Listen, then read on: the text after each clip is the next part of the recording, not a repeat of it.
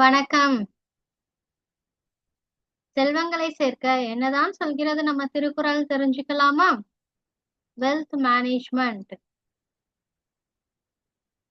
அதான் பார்த்துட்டு இருக்கோம். அதுல முயற்சியால் சேர்க்கும் செல்வங்கள்ல கல்வி செல்வம் பத்தி பார்த்துக்கிட்டு இருக்கோம். சரி, லாஸ்ட் கிளாஸ்ல நம்ம செல்லக்குட்டி என்ன கேள்வி கேட்டாங்க? அதாவது நான் நல்ல குடும்பத்துல, உயர்ந்த குடும்பத்துலதான் பிறந்திருக்கேன். நான் ஒரு பர்சனாலிட்டி எஜுகேஷன் படிக்கல அப்படின்றதுக்காக என்ன போய் ஒரு மண்ணால் செஞ்ச பொம்மைக்கு ஈக்குவலா சொல்றது நியாயமா? இது கொஞ்சம் ஓவரா இருக்கே அப்படின்னு கேக்குறாங்க இல்லையா? அதுக்கு செல்லக்குட்டீஸ் நீங்க சூப்பர் டூப்பரா ஆன்சர் பண்ணிருந்தீங்க. அதுல ஒரு செல்லக்குட்டி ரொம்ப சூப்பராவே ஒரு ஆன்சர் பண்ணியிருந்தாங்க. இப்ப என்னதான் உயர்ந்த குடியில பிறந்திருந்தாலும் சரிங்களா, அந்த உயர்ந்த குடியில இருக்கிறவங்க அவங்க குடும்பத்தார் இருக்காங்க இல்லையா, அவங்க ஒருவேளை பர்சனாலிட்டி எஜுகேஷன் படிச்சிருக்கலாம். அதனால அந்த குடும்பத்தை அவங்க உயர்ந்த நிலைக்கு பெருமையுடைய குடும்பமா கொண்டு சேர்த்திருக்கலாம். ஆனா அந்த குடும்பத்துல உள்ள நீங்க பர்சனாலிட்டி எஜுகேஷன் படிக்கலன்னா என்ன ஆகும் அப்படின்னா, அந்த குடும்பத்தோட பெருமைய கொஞ்சம் கொஞ்சமா உங்களுடைய செயல்பாடுகள், பேச்சுகள், எண்ணங்கள் இதெல்லாம் குறைச்சுக்கிட்டே நீங்க கீழான நிலைக்கு போயிடுவீங்க அப்படின்னு சொல்றாங்க. சரிங்களா? ஒரு செல்லக்குட்டி சூப்பரா இந்த ஆன்சர் சொல்லியிருந்தாங்க. அதனால ஒரு குடும்பத்தோட பெருமைய நீங்க அதே உயர்ந்த நிலையில மெயின்டைன் பண்ணணும்னா உங்களுக்கு பர்சனாலிட்டி எஜுகேஷன்ன்றது ரொம்ப இம்பார்ட்டன்ட். அதனாலதான் சொல்றாங்க பர்சனாலிட்டி எஜுகேஷன் இல்லைன்னா நீங்க மண்ணால் செஞ்ச பொம்மைக்கு எப்படி அது ஃபேட் ஆகி காலப்போகல அந்த பொம்மைய யாரும் மதிக்கார ஒரு நிலைக்கு போயிடுவாங்களோ அந்த நிலைக்கு நம்மளும் போயிடுவோம். அதுவே கீழே பிறந்தவங்க அவங்க எப்படி உயர முடியும் அப்படின்னா, என்னதான் ஒரு ஏழ்மையான குடும்பத்துல பிறந்து வளர்ந்து அந்த குடும்பத்துக்கு பெரிய பெருமையெல்லாம் இருக்காது. ஆனா அந்த குடும்பத்துல ஒருத்தங்க இந்த பர்சனாலிட்டி எஜுகேஷன், ப்ரொஃபஷனல் எஜுகேஷனோட அந்த பர்சனாலிட்டி எஜுகேஷனையும் சேர்த்து படிக்கும் பொழுது என்ன ஆகும்? கீழான நிலையில இருக்கிற அவங்க குடும்ப பெருமைய மேல் நிலைக்கு எடுத்துட்டு போயிடுவாங்க. அந்த வறுமை வறுமை இருந்தாலே அந்த குடும்ப பெருமை கொஞ்சம் குறைஞ்சுதான் போகும். அந்த வறுமையே போக்கி அந்த குடும்பத்துக்கு ஒரு பெருமையான நிலைய கொண்டு சேர்ப்பாங்க.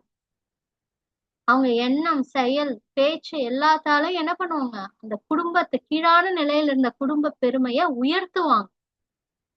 அப்ப எது ஒருத்தங்க உயர்ந்தவங்க, தாழ்ந்தவங்க, பெருமைக்குரியவங்க அப்படின்றத எது டிசைட் பண்ணுதுன்னா, ஒருத்தங்க கிட்ட இருக்கக்கூடிய அந்த பர்சனாலிட்டி எஜுகேஷன்.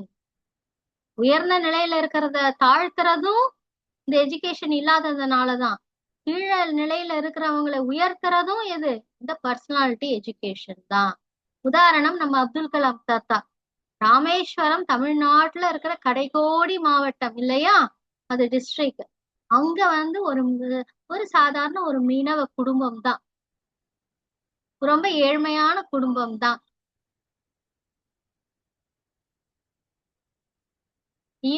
அப்துல் கலாம் தாத்தாக்கு முன்னாடி அவங்க அப்பா அம்மாவை பத்தி இந்த இந்த உலகத்துல இருக்கிற யாருக்காவது தெரியுமா? தெரியவே தெரியாது. அவங்க எங்கேயோ ராமேஸ்வரத்துல ஒரு மூலையில இருந்தாங்க. இப்ப எப்படி அவங்கள பத்தி நமக்கு தெரிய வந்தது? அப்துல் கலாம் தாத்தாவோட அந்த பர்சனாலிட்டி எஜுகேஷன்னாலதான்.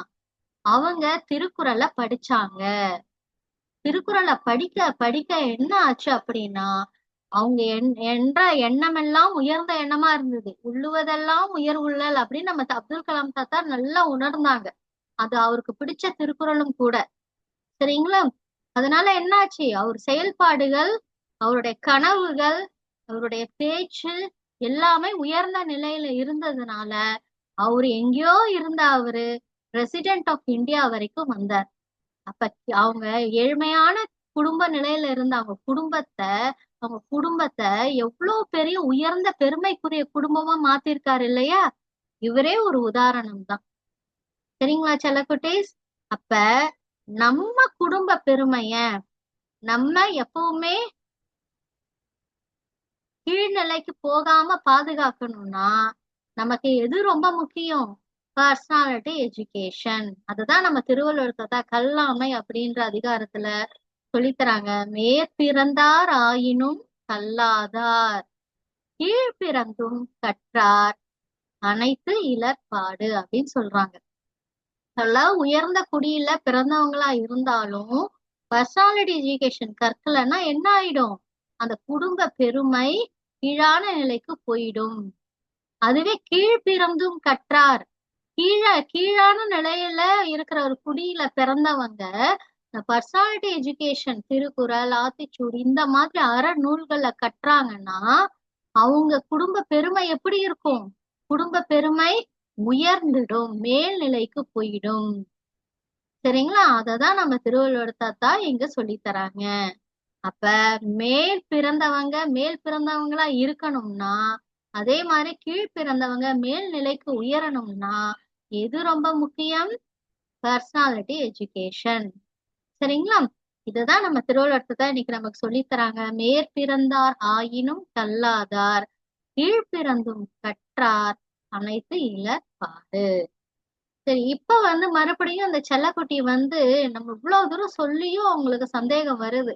என்ன சொல்றாங்க அப்படின்னா, இந்த பர்சனாலிட்டி எஜுகேஷன் ப்ரொஃபஷனல் எஜுகேஷனை விட இந்த பர்சனாலிட்டி எஜுகேஷன் ரொம்ப உயர்த்தி சொல்றீங்க, இது எந்த விதத்துல நியாயம்? நீங்களே சொல்லுங்களேன் அப்படின்னு கேக்குறாங்க. சரி, நீங்களே சொல்லுங்களேன் செல்லக்குட்டிஸ், இது எந்த விதத்துல நான் நியாயம்னு. இதுதான் இன்னைக்கான கேள்வி. Thank you so much.